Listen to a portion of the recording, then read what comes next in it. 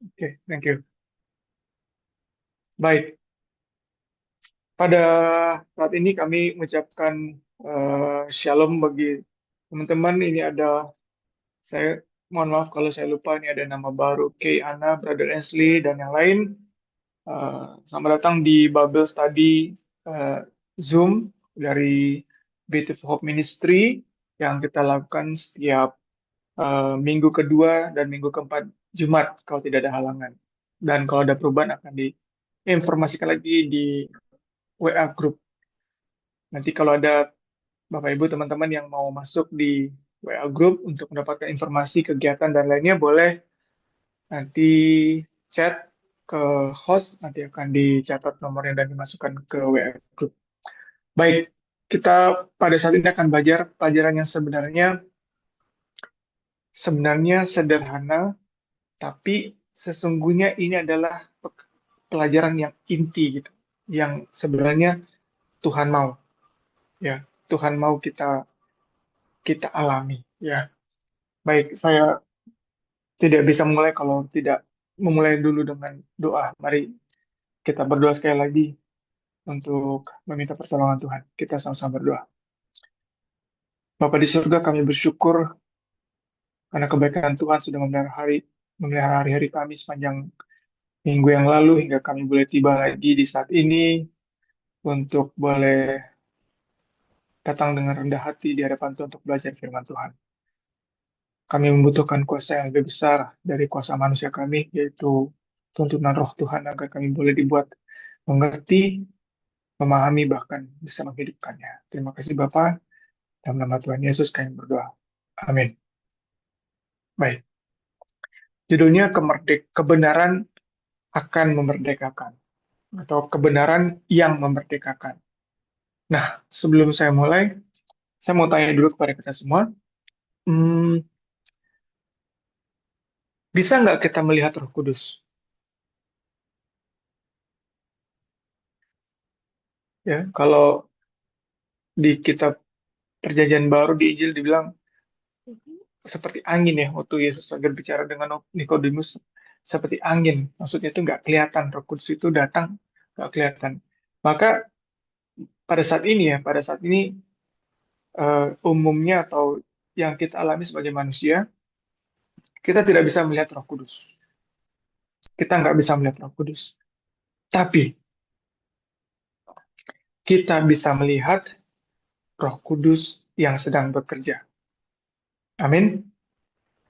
Kita nggak bisa melihat Roh Kudus, ya, tapi kita bisa melihat kalau Roh Kudus sedang bekerja. Bagaimana caranya? Bagaimana kita tahu kalau Roh Kudus sedang bekerja? Fruits, buah, ada action, contoh, ya, contoh. Ada orang yang mengalami perubahan dalam hidupnya menjadi lebih baik, maka dengan iman kita percaya Roh Kudus sedang dan sudah bekerja.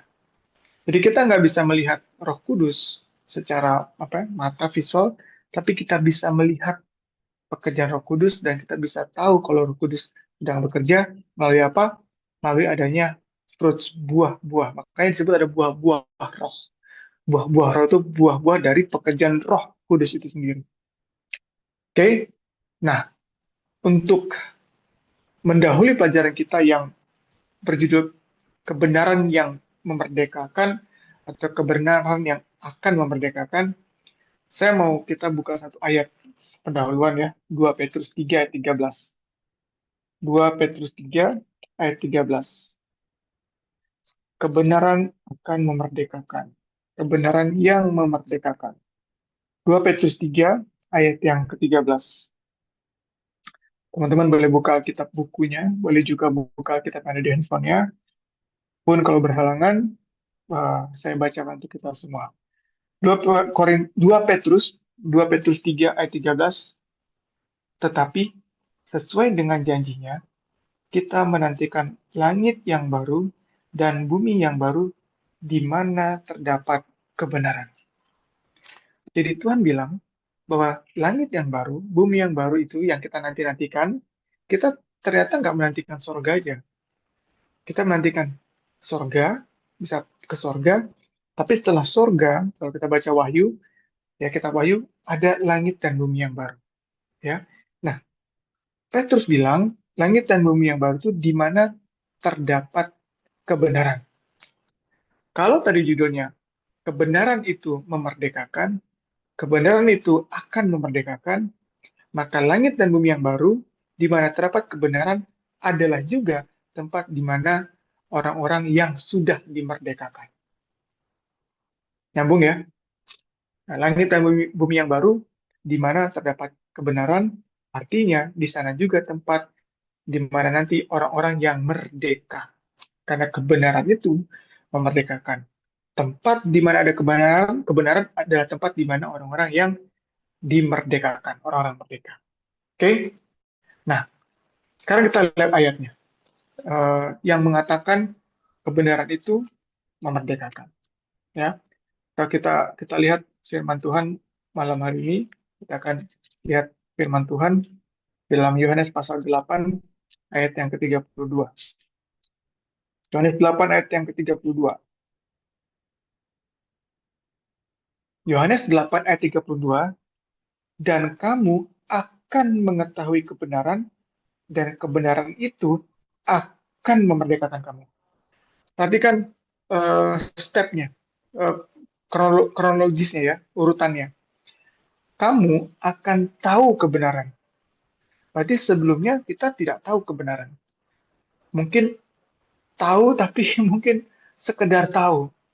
Tapi Tuhan berfirman, kita akan tahu kebenaran.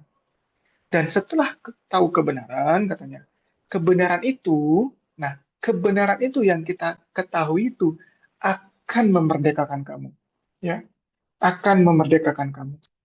Jadi dari ayat ini aja kita bisa lihat bahwa kebenaran itu tidak hanya sekedar diketahui, cukup tahu kalau itu benar, cukup tahu bahwa ini benar, cukup tahu bahwa oh ada kebenaran, oh cukup tahu yang benar itu seperti itu. Enggak seperti itu. Ternyata kebenaran itu yang setelah diketahui akan memerdekakan. Akan memerdekakan itu dalam dan luas. Yang paling utama, ya, kata tertinggi dari kebenaran yang memerdekakan adalah kebenaran akan kematian Kristus yang menebus kita dari upah dosa-dosa kita, ya, sehingga kita yang seharusnya mati sekarang hidup, ya, mendapat kesempatan untuk selamat itu adalah kebenaran yang kita imani. Itu kasta tertingginya, itu yang urutan pertamanya. Kebenaran yang kita ketahui, dan itu menjadi iman yang percaya kita, bahwa Yesus mati untuk menebus kita. Kita sekarang jadi selamat. Ya, itu kebenaran itu memerdekakan kita dari kematian, bebas dari kutuk dosa, bebas. Tapi kemerdekaan yang dimaksud di sini adalah bukan kemerdekaan sekedar tadinya harus dimati, sekarang jadi bebas. Enggak. Kemerdekaan di sini konteksnya tadi saya sampaikan dalam dan luas. Bahwa ternyata selain kita bebas dari kutuk dosa, kita juga bebas dari perhambaan dosa. Ya. Kita buka Yohanes 8 tadi, sudah. Sekarang ayat yang ke-36. Ayat yang ke-36. Masih Yohanes pasal 8. Jadi, jadi, apabila anak itu memerdekakan kamu, kamu pun benar-benar merdeka. Jadi, kenapa dibilang kalau Tuhan sudah memerdekakan kamu, kamu pun akan benar-benar merdeka. Seolah-olah kata merdeka ini apa ya? eh, Berganda, double, atau saya sebut berarti banyak gitu. Harusnya kan kalau anak itu sudah memerdekakan kamu, ya sudah merdeka. Tapi ternyata ditekankan oleh Tuhan. Apabila anak itu, Yesus itu, anak Allah, memerdekakan kamu, kamu pun benar-benar merdeka. Ya itu tadi yang saya sampaikan bahwa kebenaran dari kehidupan Kristus yang benar, eh, kasih karunia yang benar, pengorbanan Dia yang membuat kita yang salah jadi dibenarkan itu yang paling tinggi, kita bebas, kita merdeka dari kutuk dosa, tapi nggak sampai situ. kebenaran itu betul-betul memerdekakan kita. Tahap duanya, kita tidak hanya lepas dari kutuk dosa, kita juga merdeka dari perhambaan dosa. Nah, sekarang kita lihat ayat ketiganya. Ini ngomongin konteks yang sama. Ya, kebenaran memerdekakan, anak itu akan memerdekakan, dan kamu benar-benar merdeka. Nah, sekarang kita buka Roma 6 ayat 18. Roma 6 ayat yang ke-18. Ngomong yang sama. Roma pasal 6 ayat yang ke-18. Roma pasal 6 ayat 18 katanya begini. Kamu telah dimerdekakan. Sama kan ya? Kamu telah dimerdekakan dari dosa dan menjadi hamba kebenaran. Nah, ini yang maksudnya pun benar-benar merdeka. Karena merdeka tidak hanya merdeka dari kutuk dosa, tapi sekarang kita juga merdeka dari perhambaan dosa. Sekarang kita katanya, kamu telah dimerdekakan. Kamu sekarang menjadi hamba kebenaran. Jadi, saya bilang apa ya, moving forward gitulah. Bahwa kebenaran itu memerdekakan kita, tapi setelah kita merdeka, kita menjadi hamba kebenaran itu. Yang benar itu tidak hanya kebenaran itu tidak hanya membebaskan kita dari kutuk dosa, tapi kebenaran itu menjadi menjadi kita. Nanti saya jelaskan kenapa kebenaran itu menjadi kita. Ya, kebenaran itu membebaskan kita dari kutuk dosa, merdeka, tapi juga kebenaran itu menjadi standar hidup kita. Kita jadi hamba kebenaran. Tadi ya Roma 16 jadi hamba kebenaran. Kenapa? Karena sebelumnya kita hamba dosa. Jadi kita tidak hanya dilepaskan dari kutuk dosa, hukuman atas dosa, tapi kita juga dilepaskan dari hamba dosa. Itu yang merdeka secara kompleks, secara holistik, ya, secara keseluruhan.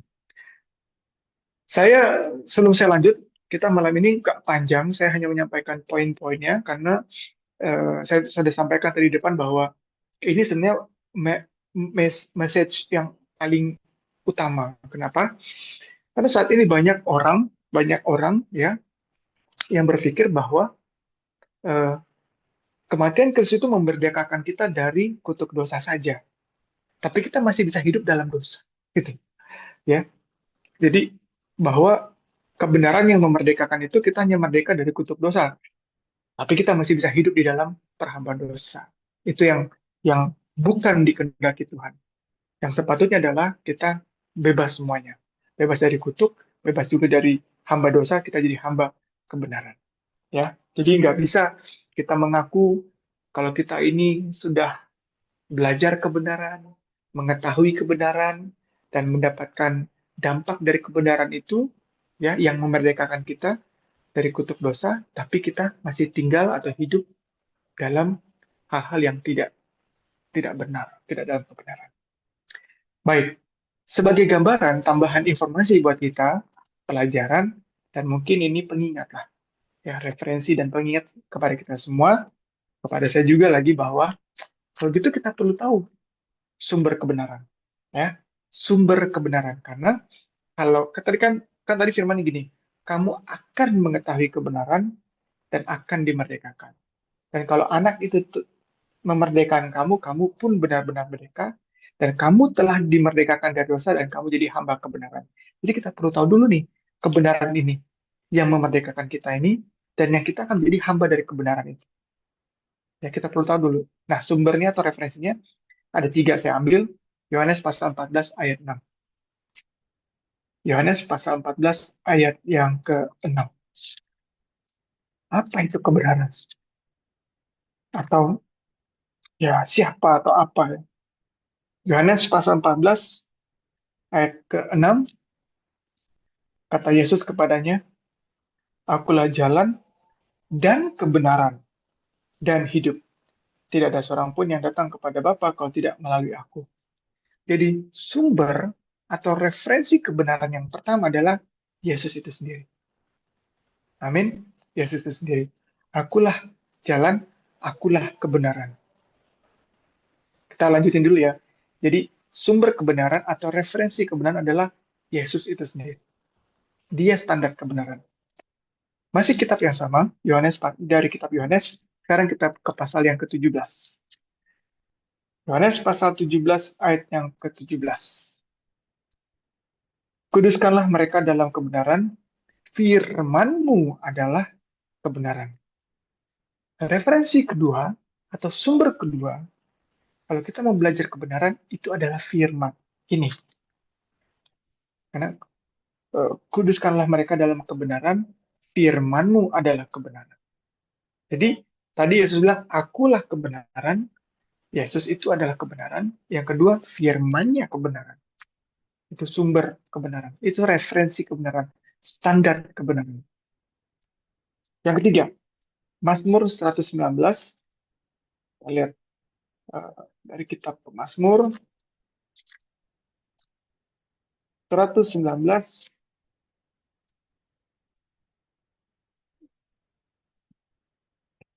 ayat yang ke-30.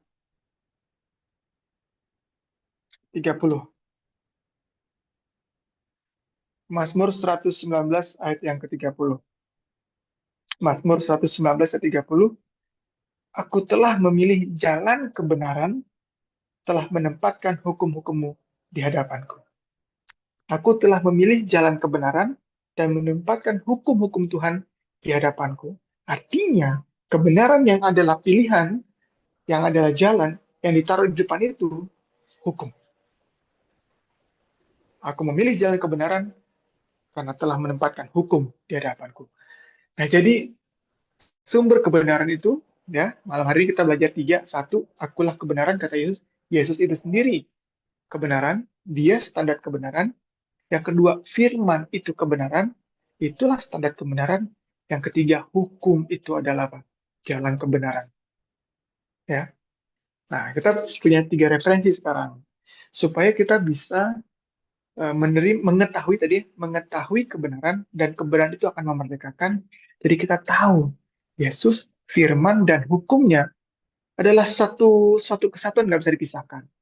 Nah, saya pernah bawakan pelajaran sebelumnya, atau kapan-kapan kita bisa belajar lagi, bahwa eh, Kristus, firman, dan hukumnya nggak bisa dipisahkan. Mereka adalah sebuah kesatuan gitu ya. Nah, sekarang kita mau belajar bagaimana kebenaran ini bisa menjadi eh, standar kebenaran yang kita menjadi hambanya. Ini menjadi apa ya? Menjadi panduan untuk kita bisa merdeka dari perhambaan dosa. Oke? Nah, saya mau bacakan, atau kita boleh baca juga, 1 Yohanes 2, dari kitab 1 Yohanes 2 ayat 29. Saya akan pakai beberapa ayat ya, jadi mungkin ada beberapa ayat lagi baru kita bisa ambil kesimpulan atau garis besarnya. 1 Yohanes pasal 2 ayat 29. 1 Yohanes 2 ayat 29. Jikalau kamu tahu bahwa ia adalah benar, ianya itu Tuhan, ya, kamu harus tahu juga bahwa setiap orang yang berbuat kebenaran lahir daripadanya. Ini ayat yang sama dengan yang awal tadi. Kalau kamu akan tahu kebenaran, kebenaran itu akan memerdekakan kamu. Ya, sama ini. Kenapa? Kalau kamu tahu bahwa Yesus adalah benar, kamu harus tahu juga bahwa setiap orang yang berbuat kebenaran lahir daripada Yesus. Jadi kebenaran itu Yesus, firman dan hukumnya melahirkan kemerdekaan. Kita merdeka, dan karena kita lahir dan kita bisa hidup sekarang karena kebenaran itu, dan kita hidup sesuai dengan standar kebenaran Yesus, firman dan hukum, katanya barulah benar kamu berasal daripada Yesus. Kamu tahu juga, yang kata kita baca lagi ya, bahwa dan kamu harus tahu juga bahwa setiap orang yang berbuat benar, kebenaran berasal dari Yesus. Jadi ya, saya boleh aja mengaku pengikut Kristus, kemudian keselamatan saya berasal dari Kristus. Saya lahir ya melalui, ya, kalau kalau proses di kegiatan keagamaan, kita mengajarkan saya proses baptis ya. Melalui baptis kita hidup baru, kita lahir dari kematian Kristus dan kebangkitan Kristus, kita lahir dari situ, kita punya hidup baru. Hanya kalau kita berbuat kebenaran dari standar yang benar, ya, proses dari kemerdekaan itu, barulah katanya, barulah kamu berasal daripada Yesus. Ya. Nah, pasal selanjutnya masih kitab yang sama, 1 Yohanes, pasal 3 ayat yang ke-7 di bawahnya. Ya, sedikit. Di bawahnya katanya gini. Anak-anakku, janganlah membiarkan seorang pun menyesatkan kamu. Barang siapa yang berbuat kebenaran adalah benar, sama seperti Kristus adalah benar. Jadi, Kristus itu benar, karena dia adalah sumber kebenaran, dan dia juga melakukan yang benar, tapi barang siapa yang berbuat kebenaran, itu sama dengan Kristus yang adalah benar. Ya, jadi saya sangat senang sekali bersyukur bahwa ternyata Tuhan punya punya punya firman yang isinya adalah janji, pengharapan bahwa kita akan tahu kebenaran dan akan dimerdekakan dari kebenaran itu, dan kita akan menjadi hamba kebenaran. Ya, akan jadi hamba kebenaran. Kita tidak jadi hamba dosa lagi. Nah, sekarang kita coba eh, ingat sedikit sebuah cerita di Alkitab, ya, kisah nyata. Pada saat Petrus, ya, pada saat Petrus sebelum Yesus disalib, Petrus itu sudah banyak mendengarkan ajaran, sudah banyak mendengarkan ajaran dari Yesus sendiri sebagai guru, sebagai Tuhan, ya, mendapat pengajaran. Tapi pengetahuan Petrus itu tidak sampai kepada titik yang betul-betul mengetahui, mengerti. Dia hanya dengar-dengar saja. Contoh, Yesus memberikan informasi, pemberitahuan tentang kematian dan kebangkitannya. Alkitab mencatat 4 kali pemberitahuan. Tapi setelah 4 kali pemberitahuan itu pun, Petrus masih nggak ngerti. Kita ambil contoh Petrus, ya. Nggak ngerti dia. Tahu tapi tidak tahu. Kenapa? Ada satu reaksi waktu Tuhan bilang kepada Petrus, Petrus atau murid-murid, aku akan disalib, dikuburkan, mati, dan akan bangkit. Petrus sempat jawab begini, Tuhan, jangan ngomong kayak gitu. Sekali-kali pun itu tidak akan terjadi. Nggak akan terjadi. Nggak akan terjadi, tenang aja, jangan ngomong gitu, katanya. Jadi, eh, karena ketidaktahuan yang hakiki, yang paham banget, yang mengerti banget, menghasilkan reaksi yang salah, respon yang salah. Reaksi dari respon yang salah akibat tahu yang tidak benar-benar tahu. Hanya dengar aja, Tuhan ngasih tahu, aku mau mau aku akan mati, dikubur dan dibangkitkan hari ketiga. Terus bilang, enggak, jangan ngomong gitu, tenang, nggak akan terjadi. Dan dengan respon seperti itu, Tuhan bilang ke Petrus, enyalah iblis. Wah, Petrus dibilang iblis, kalau bahasa sekarang, dasar setan gitu ya.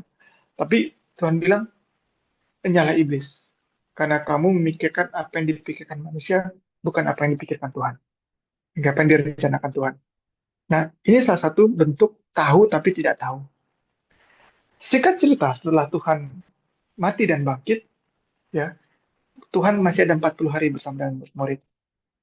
Dan Tuhan menjelaskan kembali maksud pekabaran dari Injil, kedatangan, kematian, dan kebangkitannya itu, dan akan datang lagi itu dijelaskan lagi. Sampai murid-murid mengerti. Itu bisa baca di Lukas pasal yang ke-24. Jadi Tuhan, ya, saya baca ya, Lukas pasal 24. Jadi Tuhan menjelaskan lagi itu tentang Injil itu. Sampai mereka betul-betul mengerti, baru Tuhan setelah 40 hari naik ke surga. Ya, ini saya bacain yang pasal 24-nya saja.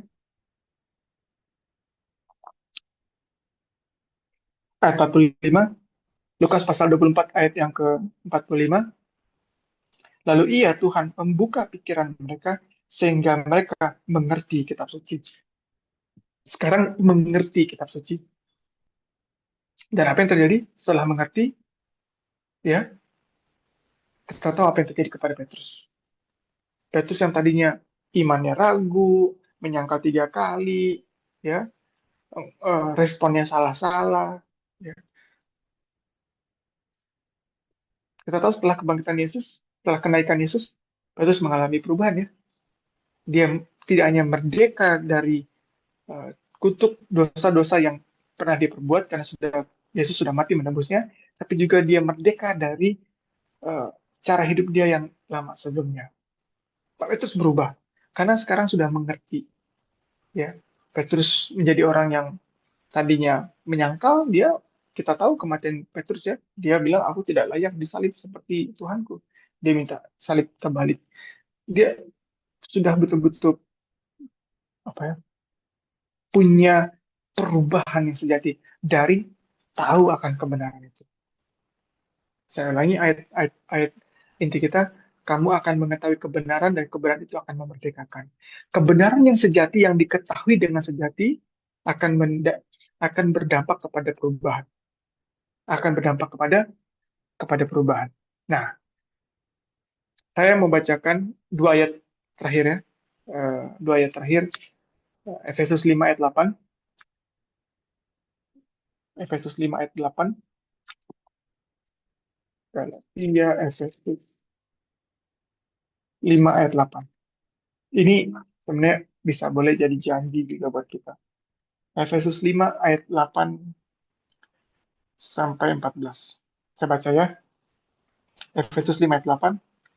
Memang dahulu kamu adalah kegelapan. Dulu kamu kegelapan. Oke? Okay? Tetapi sekarang kamu adalah terang di dalam Tuhan. Sebab itu hiduplah sebagai anak terang. Kita lihat ya, selalu ada konteks eh, reform, perubahan. Ya, kebenaran itu akan memerdekakan. Kebenaran itu tidak hanya melepaskan kita dari kutuk dosa, tapi juga melepaskan kita dari perhambaan dosa. Kita jadi hamba kebenaran. Berubah, nggak bisa nggak berubah. Ya, dahulu kamu kegelapan, sekarang kamu adalah terang. Sebab itu hiduplah sebagai anak terang. Ayat 9, karena terang hanya berbuahkan kebaikan dan keadilan dalam kebenaran. Jadi terang itu harus berbuah. Ya, terang itu harus berbuah. Mungkin teman-teman pernah ketemu orang-orang yang pandai belajar akan terang. Ya, firmanmu itu pelita dan terang ya. Jadi pandai baca firman, pandai belajar firman, pandai mengajarkan firman, bahkan mungkin pandai debat firman, pandai debat firman. Tapi firman atau terang yang sejati itu katanya apa tadi? Berbuahkan kebaikan, keadilan, dan kebenaran. Fruits, tadi kita udah bahas di awal. Fruits, ya. Kalau kamu tahu kebenaran, kebenaran itu akan memerdekakan, akan berbuah. Nggak bisa cuman tahu kebenaran, apalagi jago debat kebenaran, nggak bisa. Ayat yang 10. Dan ujilah apa yang berkenan di hadapan Tuhan. Nah, 11. Janganlah turut mengambil bagian dalam perbuatan-perbuatan gelap yang tidak berbuahkan apa-apa. Nggak bisa kalau nggak berbuah. Tetapi sebaliknya, telanjangilah perbuatan-perbuatan itu. 12. Sebab menyebutkan saja pun apa yang dibuat oleh mereka di tempat-tempat yang tersembunyi telah memalukan. Tetapi segala sesuatu yang sudah ditelanjangi oleh terang itu menjadi nampak, sebab semuanya yang nampak adalah terang. Jadi kelihatan, orang-orang yang sudah mengetahui kebenaran itu, terang itu ada, nampak, kelihatan. Maka tadi saya bilang di awal, kita nggak bisa lihat Roh Kudus. Tapi kita bisa lihat kalau Roh Kudus sudah dan sedang bekerja. Amin. Kelihatan dari buahnya. Kalau terang itu sudah nampak, maka yang gelap itu semuanya jadi nampak. Ya. Ayat 14 yang terakhir, itulah sebabnya dikatakan, bangunlah hai kamu yang tidur dan bangkitlah dari antara orang mati dan Kristus akan bercahaya di atas kamu. Kristus yang adalah sumber kebenaran tadi yang memerdekakan kita, jadinya kelihatan juga bercahaya di atas kita. Nggak bisa orang yang terima kebenaran, tahu kebenaran, tapi memancarkan kegelapan. Nggak bisa. Orang yang menerima kebenaran dan tahu kebenaran yang sejati pasti akan memancarkan kebenaran itu. Siapa kebenaran itu tadi? Yesus, firman, hukum. Dia akan, dulu kamu begitu katanya, dulu kamu begitu, tapi kamu sekarang anak-anak terang. Kalau terang itu sudah nyata, nampak. Pekerjaan Roh Kudus itu kelihatan. Kita boleh orang yang tahu kebenaran, baca kebenaran, bahkan jago debat kebenaran. Ya, sekarang banyak banget debat-debat kebenaran ya. Semuanya menganggap punya pandangan kebenaran. Oh, firman Tuhan, kebenaran diperdebatkan. Ya, diskusi akhirnya kepada argumentasi berdebatkan. Fine, tapi kalau tidak ada buah dari kebenaran itu, kan tadi katanya carilah apa yang berkenan kepada Tuhan. Ya, nah ayat terakhirnya, Yakobus 1. Yakobus pasal yang ke-1 ayat yang ke-19.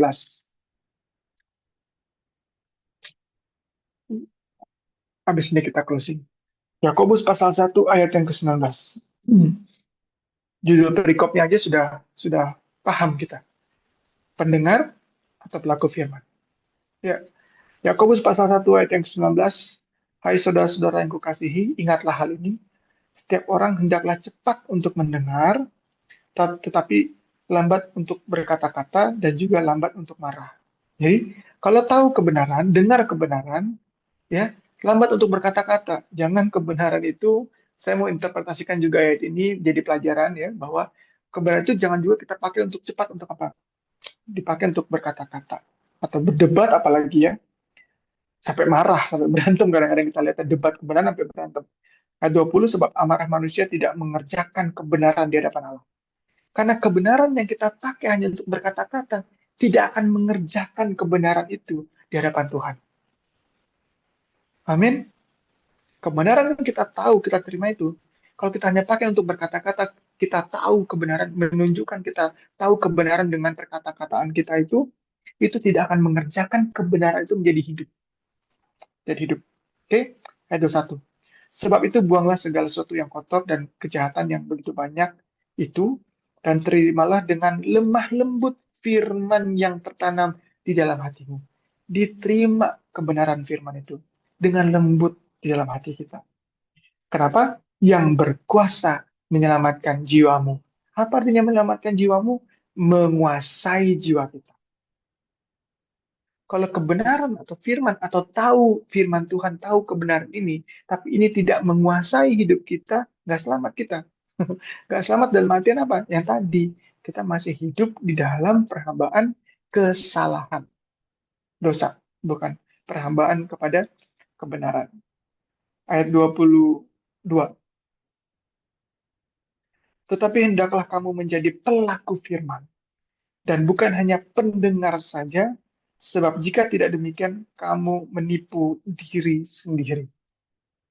Wow, hanya nipu. Hanya. Kalau cuma tahu kebenaran, apalagi mendebatkan, mendiskusikan kebenaran, tapi tidak jadi pelaku kebenaran, hanya nipu diri sendiri. Ayat 23, sebab jika seorang hanya mendengar firman saja dan tidak melakukannya, ia adalah seumpama seorang yang sedang mengamat-ngamati mukanya yang sebenarnya di depan cermin. Baru saja ia memandang dirinya, ia sudah pergi atau ia segera lupa bagaimana rupanya. Ya, nggak ada guna. Kalau kita baca firman tapi nggak melakukan, sama seperti baca tapi udah cukup gitu ya. Ya, ayat yang ke 25. Tetapi barang siapa meneliti hukum yang sempurna, ya, tadi saya bilangnya hukum juga sumber kebenaran ya, yaitu hukum yang memerdekakan orang. Ketemu ya, ayatnya sama ya. Hukum itu memerdekakan. Ya, dan tadi hubungannya dengan ayat sebelumnya adalah pelaku, bukan pendengar saja. Lanjut, dan ia bertekun di dalamnya, bertekun dalam hukum yang memerdekakan itu. Jadi bukan hanya mendengar untuk melupakannya, apalagi hanya untuk dipakai berdebat, tetapi sungguh-sungguh melakukannya, ia akan berbahagia oleh perbuatannya. Amin. Puji Tuhan. Ayat 26, jikalau ada seorang menganggap dirinya beribadah, ini berhubungan juga dengan beribadah, tetapi tidak mengekang lidahnya, ia menipu dirinya sendiri, maka sia-sialah ibadahnya. Ibadah yang murni dan yang tak bercacat di hadapan Allah, Bapa kita, ialah mengunjungi yatim piatu. Ini adalah perilaku, pelaku. Ia mengunjungi yatim piatu, janda-janda dalam kesusahan mereka, dan menjaga supaya dirinya sendiri tidak dicemarkan oleh dunia. Pelaku. Ini maksudnya pelaku. Bahkan dalam ibadah, kita boleh seminggu sekali, seminggu dua kali datang ke rumah-rumah ibadah, memuji Tuhan. Itu nggak bikin khawatir setan. Setan nggak khawatir kalau kita tiap minggu, tiap saat datang beribadah itu nggak bikin khawatir setan. Yang setan khawatir itu, kalau kita datang ke rumah Tuhan beribadah dan kita mengalami perubahan. Kita tidak hanya jadi pendengar firman tapi jadi pelaku firman. Itu yang bikin setan khawatir.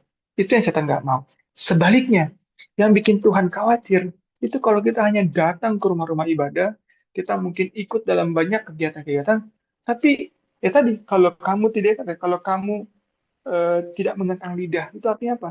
Ya, Yesus ngasih tahu di cerita yang lain ya, bawa persembahan, taruh persembahanmu di luar, berdamai dulu dengan saudaramu, baru datang beribadah. Nggak ada gunanya kita, ya, kita ini kalau masih melakukan hal-hal yang kita sadar salah dan tidak ada eh, permohonan ampun dan tidak ada niat bertobat, lalu kita datang beribadah, kata Tuhan nggak ada gunanya, ya, nggak ada dunia.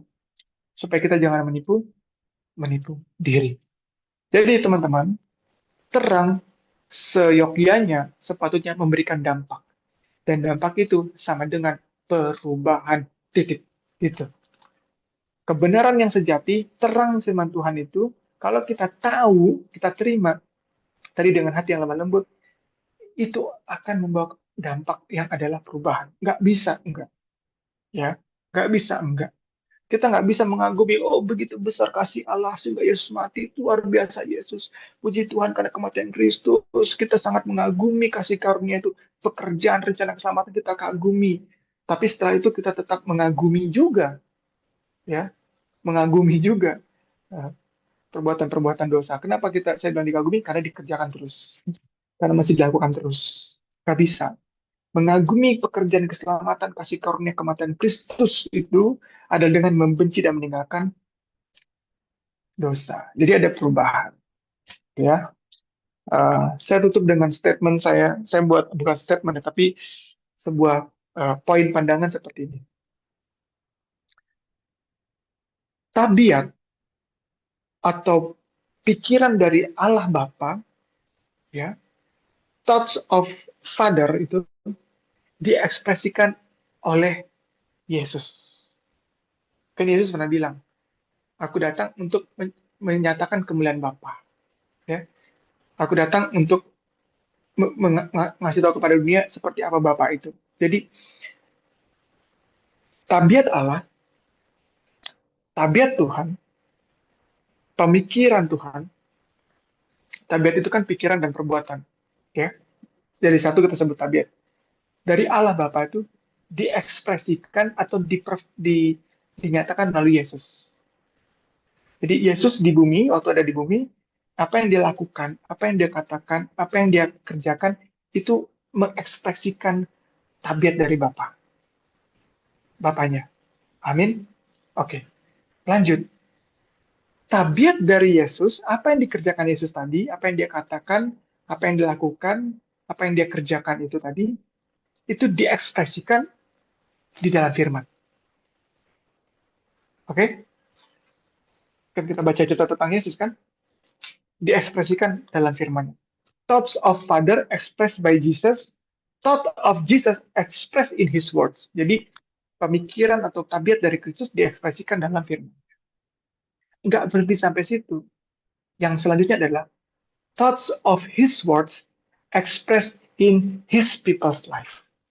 Jadi pemikiran atau tabiat dari Kristus yang dituliskan dalam firman diekspresikan oleh kita. Amin. Begitu urutan kronologinya. Itu maksudnya merdeka yang benar-benar merdeka.